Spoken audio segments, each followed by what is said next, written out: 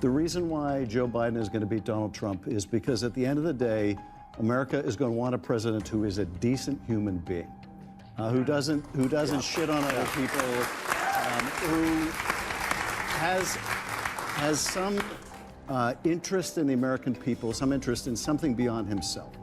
I think at the end of the day, people are going to reject this bigoted, divisive figure. They're not going to want to put the country through. Well, they have every time except that one time. Yeah. No, really. I mean, he really lost every election except the 2016, and that, of course, he didn't really win that one either. I mean, he's not the popular vote. The political internet blew up last week when Adam Schiff, a leading Democrat and staunch Trump critic, was left stunned during a tense back and forth with Bill Maher. What was supposed to be a thoughtful discussion on real time turned into a viral moment that set Trump supporters ablaze with vindication. It wasn't Maher defending Trump, it was Maher questioning why people like Schiff still don't get it. And that hit harder than any direct endorsement.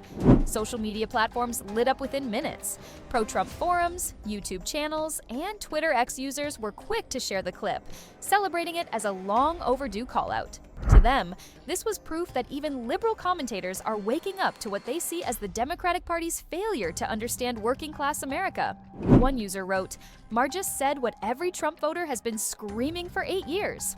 That tweet alone racked up over 150,000 likes. This wasn't just a viral moment, it was a cultural spark. Why did it resonate so deeply?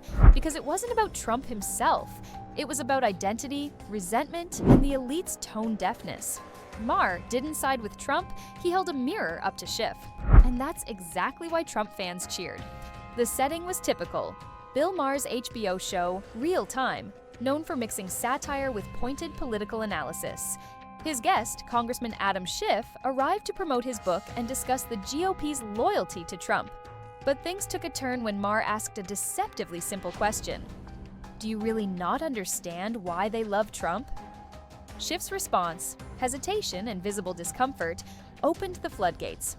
Maher pushed further, accusing Democrats of moral arrogance. When you call half the country racist, sexist, deplorable, it backfires, he said. It wasn't an endorsement of Trump, but a scathing critique of how Democrats communicate.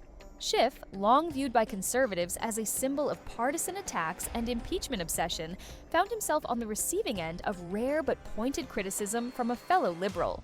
This moment is important because it reflects a broader fatigue among centrists, independents, and even some progressives, with the narrative that Trump supporters are simply brainwashed. Maher, a consistent critic of Trump, was not flipping sides. He was issuing a wake-up call, and when that call comes from someone on your own team, it hits harder. American politics is no longer just left versus right. It's about cultural alienation. Many Trump supporters don't see him as a perfect candidate.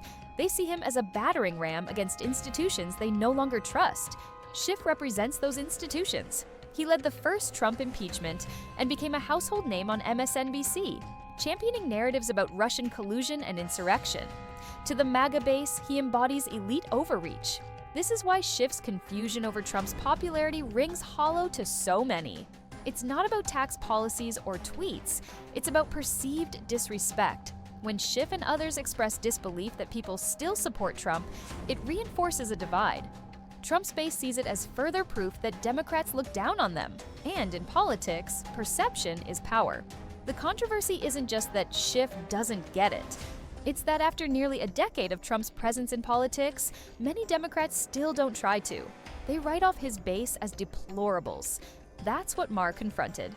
The problem isn't just political, it's cultural, emotional, even spiritual.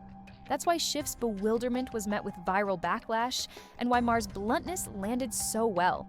The viral clip shows Schiff saying, "I just don't understand it," after all the lies, the indictments, the chaos. Maher, not missing a beat, fired back. You call them stupid, you mock their concerns, and then wonder why they don't vote for you? The studio audience offered a mix of applause and stunned silence. That moment crystallized the disconnect between liberal elites and working-class conservatives. Context matters here. As of April 2025, Trump remains the GOP frontrunner despite multiple indictments and ongoing trials. Schiff, meanwhile, is running for Senate in California and doubling down on his anti-Trump messaging. But Maher argued that this strategy is not only ineffective, it's fueling Trump's rise. "You're his campaign ad," he quipped, and he's not wrong. Studies show that media fixation on Trump often correlates with boosts in his popularity. Online reaction was swift and brutal. Clips flooded TikTok with titles like "Maher Red Pills Schiff" and "Finally, a Liberal Gets It." Conservative influencers praised Maher for saying what needed to be said. Even liberals, reluctantly or not, admitted Maher had a point. When the same talking points are repeated over and over without introspection, voters tune out, or worse, rebel. One thing into this discussion about Trump that we've been having all night.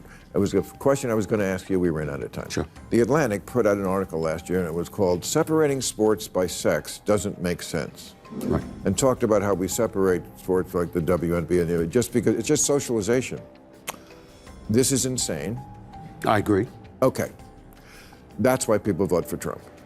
Because there's stuff like that on the left that people just go, I know Trump's horrible, but separating by sports by sex makes perfect sense. And if you think it doesn't, you can't leave the country. But that's cutting off your nose to spite your face. Okay. I'm just giving you the answer to the question you're asking all night long. Why do they vote for Donald Trump? It's not always because they like him. No, it's because stuff like that is kookier to them. People, And there's lots of It's kookier than trashing the Capitol? What the f***? Think, in a way it is. How is it? It's apples and oranges. It's apples and oranges. One is more evil, one is more horrible. The high point came when Maher leaned in and said, "You keep calling them fascists, but maybe you should ask yourself, what have we done to push them there?" Schiff paused, clearly unsettled. He fumbled through a defense, but the moment had already landed. Maher's line echoed across social platforms, getting reposted by conservatives, centrists, and even disillusioned Democrats. This wasn't a gotcha moment, it was a mirror.